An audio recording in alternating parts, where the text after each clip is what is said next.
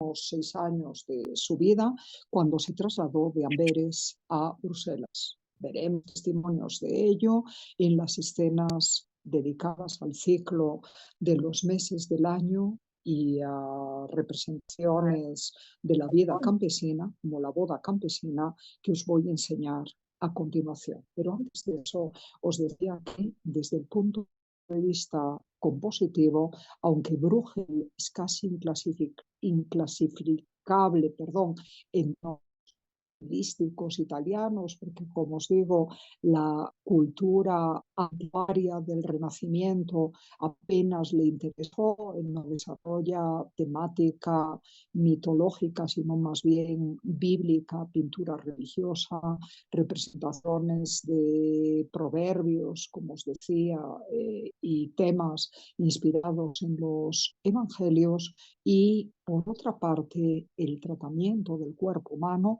le debe bastante todavía a la tradición flamenca que viene del gótico con sus figuras más bien menudas y alargadas. Y aún así, como os decía, el contraste entre el tamaño de las que aparecen a la derecha, abajo en primer plano, y las pequeñitas que vemos al fondo, le puede dar a esto un cierto aire de composición manierista, aunque negado por su amplio tratamiento de la perspectiva y del paisaje. Acordaros que a los manieristas al uso esas cosas no le importaban para nada y por eso casi es preferible referirse a Bruegel como un pintor flamenco de la segunda mitad del siglo XVI, un pintor antiquar en abrir el camino para la pintura de género y los bodegones que triunfarán en el siglo XVII ya dentro de la estética barroca. Y, como os digo, con esas limitaciones en cuanto a poderlo clasificar abiertamente como del Renacimiento tardío o del manierismo, voy a seguir explicándoos lo que estáis viendo aquí. Como veis, Bruegel es un muy hábil narrador. Sabe atrapar enseguida la atención del espectador. Como os digo, aquí la fotografía queda un poco incompleta en lo que es la pintura total. Falta la visión de la calavera de caballo, del cráneo de caballo, que nos recuerda que estamos en un sitio despoblado y desolado, el del Gólgota. Vemos, después de la aflicción de María, Juan y sus parientas ante la inminente crucifixión de Jesús, a un viajero con la mochila a la espalda. Está ahí abajo. De ese viajero nos vamos metiendo en el paisaje y notamos distintas incidencias, como a una mujer campesina, unos delincuentes, ladrones, le están intentando robar sus sacos de grano, y fijaros cómo escapan en desbandada hacia la izquierda, mientras los soldados se interesan por lo que está pasando aquí y unos curiosos se giran a entender también qué ha sucedido. Y a través de esa incidencia y de las personas que van caminando por ahí es cuando finalmente nos percatamos de que pequeñito y al medio de la composición, por encima del hombre, del jinete montado en caballo blanco, está Cristo caído, como os decía, en medio de una larguísima comitiva, pero un Cristo que nadie le hace el menor caso. La gente prefiere curiosear y ver cómo los bandidos roban a una mujer, igual que cualquier aglomeración todavía hoy, antes que notar el profundo sufrimiento de Cristo cargando la cruz de la condición y de la religiosidad humana. Muy a menudo nos podemos declarar religiosos, cristianos, católicos, por ejemplo, más apegados a nuestra vida cotidiana, a nuestros intereses por el dinero, por cuestiones familiares, por el prestigio social o por lo que sea, antes que meditar en el misterio de la pasión de Cristo. Y esto es lo que aquí sucede. Y el comentario de Bruegel parece que si Cristo volviera a nacer y volviera a tener que ser crucificado, la gente reaccionaría ante eso con la misma indiferencia que lo hizo en el siglo I, en donde, recordad, y todos sus apóstoles, con la excepción de Juan el Evangelista, huyeron despavoridos porque no querían que los soldados del gobernador, miembros del Sanedrín judío, los apresaran para castigarlos. Así que Cristo casi murió en soledad, exceptuando a su madre, a San Juan y a algunas mujeres piadosas, y de esto trata el comentario tan lúcido, pero al mismo tiempo tan amargo de Bruegel. La vida sigue, aunque el justo de los justos, el Dios encarnado, esté sufriendo de esta manera y a punto de ser sacrificado. Os dejo echar un vistazo por toda esta amplísima panorámica. Pero, como os decía, Bruegel es ante todo un magnífico estudioso y conocedor del alma humana, y eso se va a traducir años después en la presentación que nos hace del mundo de los campesinos en escenas ligadas al ciclo de los meses y también a fiestas populares. De eso voy a tratar entonces ahora. Notamos cómo a partir del 1563, y la pintura que os acabo de enseñar puede ser del 1563 o 64, en cualquier caso del inicio de su traslado a Bruselas, aparentemente las figuras de Bruegel empiezan a ganar en corpulencia, aunque el paisaje sí que tiene un papel muy destacado.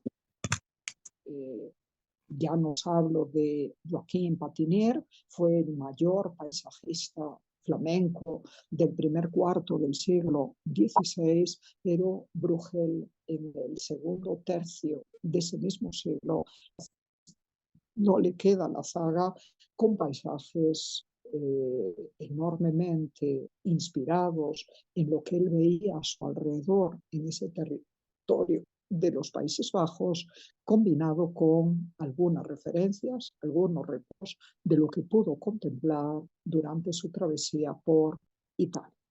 Y es así como hacia 1565 y a instancias de un prestigioso coleccionista flamenco, va a pintar, era un rico banquero, Nicolás Jungeling, va a pintar la serie de los meses del año. La verdad es que no sabemos si en esta serie Bruegel pintó 12 cuadros o solo 6, dando a cada uno de ellos la relevancia y la referencia como para acudir 2 meses contiguos del año. El caso es que de esa serie solo se han conservado 5 pinturas, 3 de ellas en Viena, cuyo Museo de Historia del Arte conserva la mayor colección de pinturas de Bruegel que posee cualquier museo. Hay otro en el Metropolitan de Nueva York, hay otro en Praga, pero en cualquier caso es el mundo de los campesinos el que aquí se está recreando. Y en esto, si os fijáis, el ciclo de Berlín, aquellas pinturas que puestas en calendarios de libros de horas o devocionarios, como el de los hermanos Limbourg para el duque de Berry a comienzos del siglo XV, en la pintura gótica internacional, cuyas características espero que recordéis, ya nos iban presentando el cambio que los paisajes, que la tierra, que la atmósfera tiene a medida que pasan las distintas estaciones y los distintos meses del año. Acordaros que esa temática había nacido en Roma en sarcófagos, en arte de carácter funerario, vinculados a las 4 estaciones que evocaban el inexorable paso del tiempo para todo ser humano al que le espera la muerte, y si es creyente, la promesa de una vida feliz, si su existencia terrena fue virtuosa, en el más allá. A partir de esas referencias a las 4 estaciones en el mundo romano, acordaros ya en el arte románico, en las arquivoltas de las portadas románicas, se habían hecho referencias a los 12 meses del año, con escenas del mundo campesino, combinadas con los signos zodiacales propios de cada transición de mes. Y esto sigue en el arte gótico y encuentra su plasmación pictórica en esos calendarios devocionales a los que os acabo de aludir ahora mismo. De ahí Bruegel pasa a un formato mucho más grande con la técnica del óleo y la superficie de lienzo y, por ejemplo, aquí nos muestra la vida, la actividad de los campesinos en el verano europeo.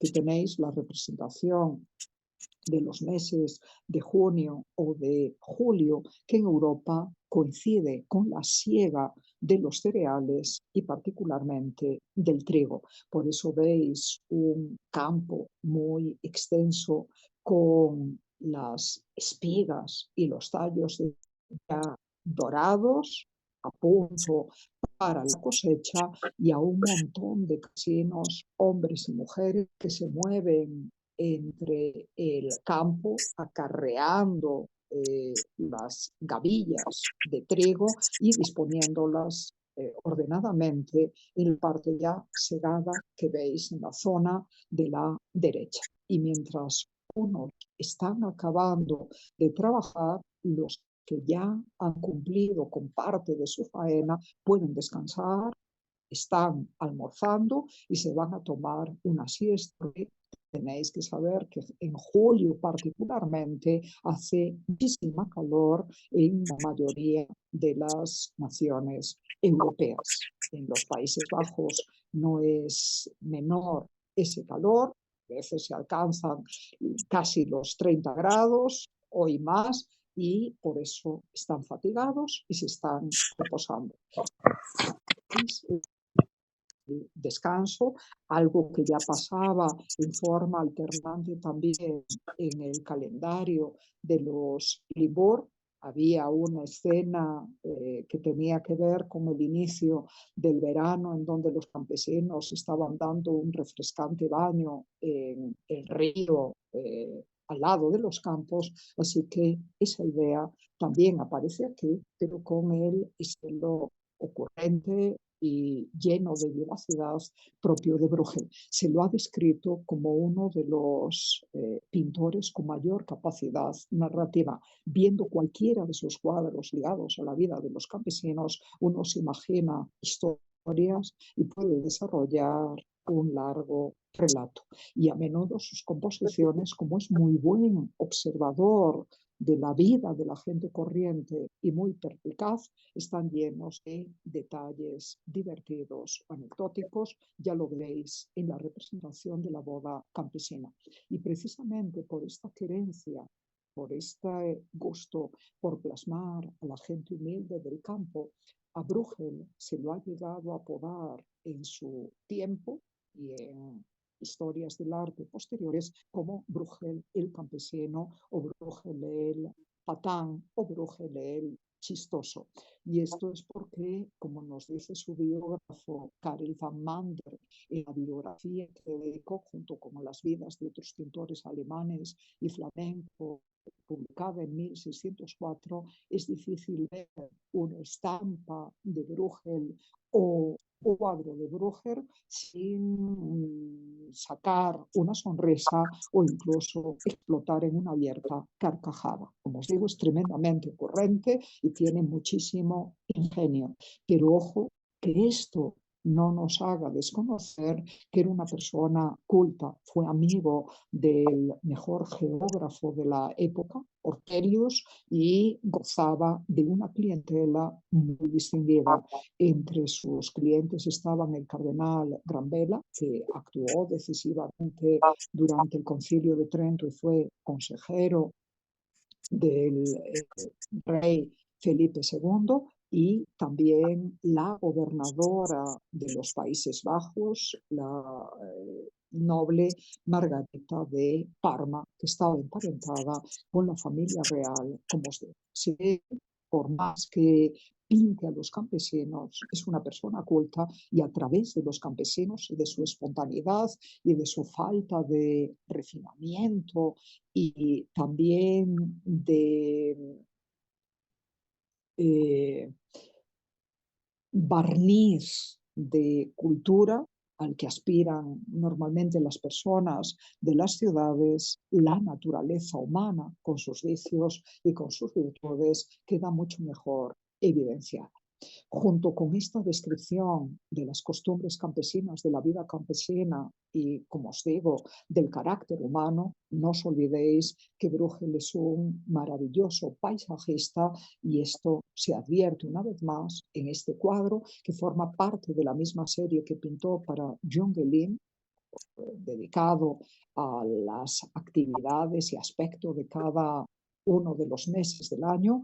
La pintura que estáis viendo aquí, que lleva el subtítulo de Los cazadores en la nieve, hace referencia a los meses de noviembre y diciembre, los meses finales del año, cuando ya recrudece el invierno y el frío. Veis un paisaje cubierto efectivamente con la nieve. Recordad que habían sido los Limburg los primeros en plasmarla. La capacidad de Bruegel es innegable, porque además de presentarnos estos montes nevados y el poblado del fondo nevado también, nos muestra las lagunas heladas.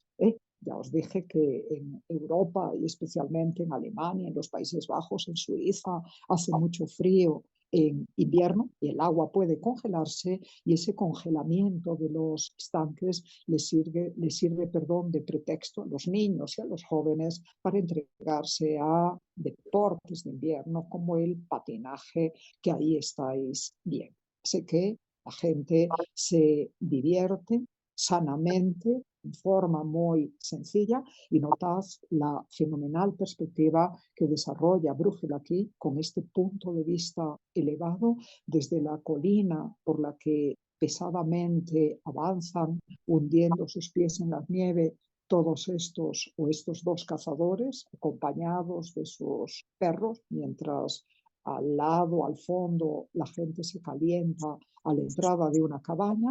Y mirad cómo, a través de esta composición magistralmente ordenada, con elementos verticales dados por los árboles y elementos horizontales dados por los bordes de esos estanques, el artista nos va haciendo progresivamente al fondo, haciendo sentir incluso el frío del momento. Es sencillamente maravilloso. Y os animo a que por vuestra cuenta veáis otros cuadros de la misma serie. También os pido por vuestra cuenta, si tenéis curiosidad, veáis su representación de proverbios, como el ciego guiando a los ciegos. Es un proverbio sacado de una parábola. Si nos dejamos conducir por personas que saben o entienden tampoco como nosotros, caeremos en el error.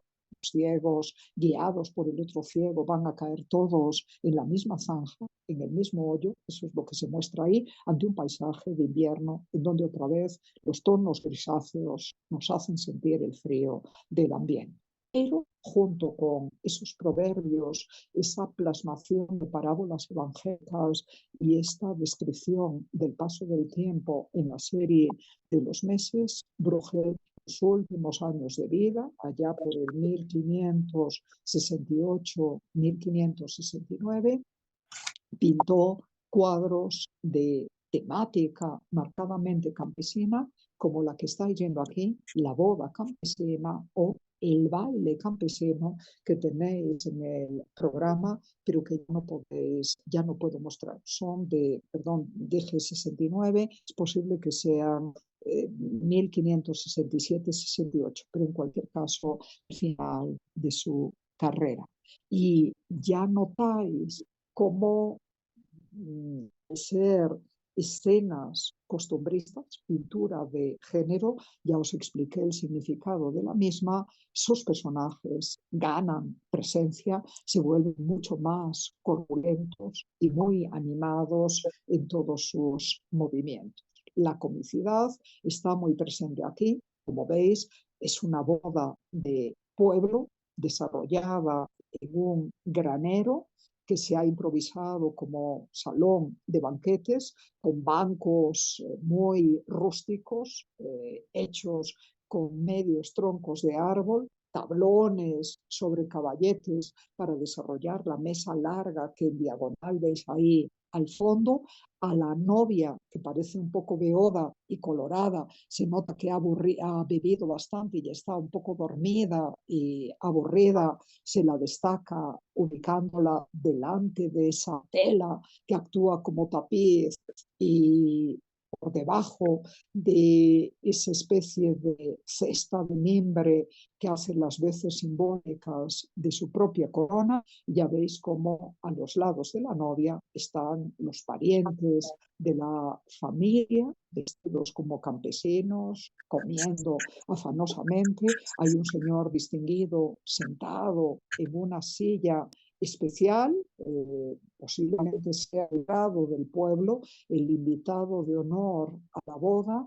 Al lado veis a un fraile con la capucha sobre la cabeza, conversando animadamente con otra persona vestido no como campesino, sino como burgués. Algunos han visto en él el propio autorretrato de Bruegel. Y es que, a pesar de ser él un citadino, tenía su propio taller, ya os dije, primero en Amberes y luego en Bruselas, que en el último tercio del siglo XVI se volvió la capital del mundo político de los Países Bajos. Recordad que hasta hoy es la capital de Bélgica. Pues bien, a pesar de ser un urbanita, un citadino, parece que Bruegel acostumbraba a ir a los pueblos y inmiscuirse en las fiestas populares, pretextando que era un pariente lejano, que hacía muchos años que no estaba por ahí, que conocía a alguien, siempre llevaba regalos y así les invitaban a sus banquetes y a sus propias fiestas, y esto les servía para observar muy bien, muy detenidamente el comportamiento de todos esos campesinos. Así que el hombre que veis en el extremo de la derecha, sentado conversando con el fraile, podría ser o el retrato, o por lo menos la evocación de la propia presencia de Bruegel en medio de este banquete. Y mirad qué hábil es al guiarnos por el cuadro, como ya había sucedido con el primero que os enseñé, de Cristo cargando la cruz, porque empezamos viendo a ese niñito sentado en el suelo lamiendo las sobras de un plato. Se nota que está muy hambriento. Recordad que en el mundo rural del pasado, las fiestas y las bodas o los bautizos eran ocasión para grandes comilonas que sacaban, como se dice vulgarmente, el cuerpo de mal año y compensaban todas las penurias y la escasez de alimentos o los frugales manjares que normalmente tomaban ellos. Así que todos quieren comer y mirad cómo del niño que está lamiendo el plato pasamos a esos otros dos campesinos que están actuando como camareros improvisados, llevando platos con gacha sobre esa bandeja improvisada también, que en realidad es una puerta que se ha sacado de su lugar de quicio por ya estar destartalada. Y mirad cómo uno de los comensales está agarrando los platos para distribuirlos en la mesa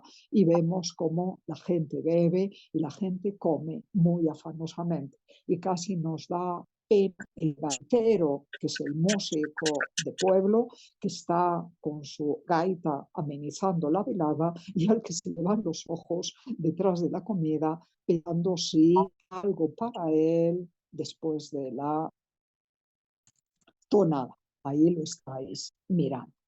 Y el joven que está sirviendo el vino en esa jarra probablemente sea el novio que falta en la composición y que también tendría algún sitio en esta mesa. Todo esto nos hace recordar el episodio bíblico, obviamente, de las bodas de Caná, pero el énfasis principal es cómo se comporta la gente y cómo aprovechan para comer a dos carrillos apresuradamente y beber todo lo que puedan. Y fijaros cómo por la puerta de entrada al granero se agolpa. Obviamente no hay espacio, no hay mesa para ellos, pero esperando ver si queda alguna sobra y si también ellos pueden aprovechar algo de la fiesta. Así es Bruegel. En la boda campesina que ya nos voy a enseñar, se ve a unos pueblerinos sentados ante una mesa al aire libre en primer plano, debido tanto que están borrachos, con las narices coloradas y aún siendo amigos, empieza la bronca y empiezan a pelearse. Se ve una casa al fondo que es una posada, una casa de citas, a jugar por el estandarte con una pareja que se ve arriba y se nota cómo los hombres entran disimuladamente a esa casa de citas y van saliendo con alguna mujer que los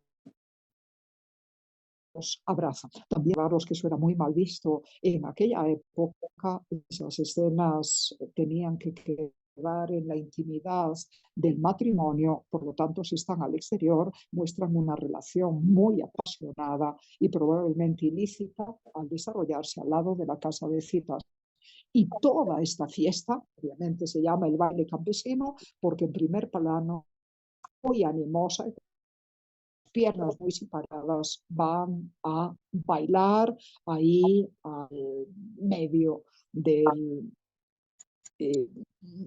pueblo. ¿De acuerdo? Es una explanada, es una pista de baile fabricada. Y en un árbol se ve una estampita con la Virgen María que nos recuerda que toda la fiesta es por, posiblemente en verano, la fiesta de la Asunción, el 15 de agosto. Pero esa fiesta religiosa que nos evoca también el campanario de la iglesia que se ve en el último plano, como sucede aquí en Bolivia con la de los carnavales en Oruro o la fiesta del Gran Poder en La Paz, es pretexto para la lujuria, para pasarlo muy bien, desenfrenadamente, para el baile y también para la borrachera, para que veáis lo poco que han cambiado las cosas en los 4 siglos que van, desde que casi 5, desde que Bruegel pintaba estas escenas populares en nuestra propia época. Por eso os decía, es un magnífico intérprete de espíritu humano, del comportamiento humano y de las costumbres de los humildes. No por degradarlos, no por burlarse de ellos, sino por mostrar su comportamiento de forma desinhibida. Ese era el término que no me salía antes. La gente que ha tenido una educación trata de disimular un poco más, sabe qué hacer o qué no hacer en ciertas circunstancias.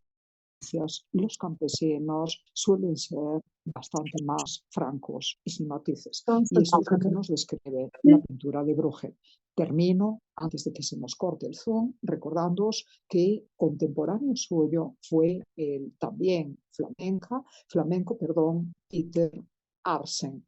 Es muchísimo menos famoso que Bruegel, obviamente, pero es un artista debéis de conocer porque fue pionero en el género de la pintura costumbrista y de los bodegones o naturalezas muertas allá en su Bélgica natal durante el tercer cuarto del siglo XVI, ya que Peter Arsen falleció precisamente en el 1575. Es contemporáneo, como os digo, a Bruegel.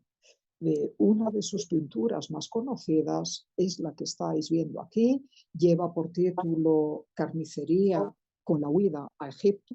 Y si no os lo hago notar, seguramente esa huida a Egipto de la Sagrada Familia que él plasma a través de la apertura de la carnicería en el paisaje que veis, en el plano de fondo de toda esta composición, si no os lo digo y si no lo dijera el título, casi nadie lo notaría, porque el énfasis de Peter Arsen está en la carnicería que nos describe con todo lujo de detalles en primerísimo plano, haciendo gala de su conocimiento como buen pintor flamenco por las texturas y el aspecto de la superficie de cada elemento. Entonces veis una cabeza de res desollada, veis también un cuarto de res, una cabeza de chancho colgada de un gancho, un pernil, un jamón, veis longanizas, veis chorizos, veis carne cortada y chuletas por ahí y hasta un pollo que todavía no ha sido desplumado, es decir, todo lo que uno podría encontrar en una carnicería de aquellos tiempos o en una carnicería contemporánea. Y veis cómo hacia la derecha, también en un plano medio, se entiende que el carnicero está vertiendo agua en una tinaja, seguramente para limpiarse luego las manos, preparar todo aquello, y al fondo veis la sala del despiece con una res colgada también de un gancho completamente desollado. Así que esta es la carnicería en primerísimo plano. Pero cuando nos asomamos al fondo de la pintura, vemos un paisaje, a ver si puede, perdón, a ver si puede mantenerse un poquito, no quiere, perdón, no quiere, no quiere mantenerse. Bueno, lo veis por vuestra cuenta o lo vais ampliando ahora y en ese paisaje se ve a la Virgen María montada en un borriquito de espaldas, dando una limosna a un niñito en agradecimiento por haberles avisado que los soldados de Pilato los andan persiguiendo. Toda esta escena se conecta con un milagro de la tradición popular descrito en los evangelios apócrifos de la infancia de Cristo, que nos dice que huyendo de Herodes, no sé si dije Pilatos, huyendo de Herodes, la Sagrada Familia pasó por un campo que los segadores estaban segando. Perdón, un campo con las espigas todavía en alto. Y como María es muy piadosa y es pura y no puede mentir, pero al mismo tenía que proteger al niño Jesús, le pidió a los campesinos que si los soldados les preguntaban si los habían visto pasar por ahí, les dijeran que los habían visto cuando el trigo estaba siendo sembrado, es decir, en otro momento del año. Al poco tiempo pasaron los soldados por ahí, pero ya el trigo había crecido y estaba siendo segado. Entonces, cuando les preguntaron cuándo había pasado, efectivamente no mintieron, los habían visto con el campo en otras circunstancias y todos los soldados entendieron que ya no les iban a dar alcance porque hacía mucho tiempo que se habían alejado del lugar y dejaron de perseguirlos y María y José pudieron acabar su recorrido un poquito más tranquilo. Bueno, pues a ese milagro y al agradecimiento de la Sagrada Familia con los campesinos hace referencia ese paisaje de fondo. Pero fijaros bien, es interesante el contraste entre un episodio evangélico y la carnicería del primer plano. Y sin duda ninguna, Peter Arsen con esto quiere hacer referencia a que la huida de Egipto estuvo motivada por la persecución de Herodes y la muerte, la masacre de los niños, esos que conocemos como los santos inocentes. Así que una muerte o una amenaza de muerte o una carnicería humana que les empuja al exilio. De eso trata el cuadro, combinando lo religioso, desplazando lo religioso al último plano, al fondo, y poniendo en el primer plano un espléndido bodegón con distintas carnes.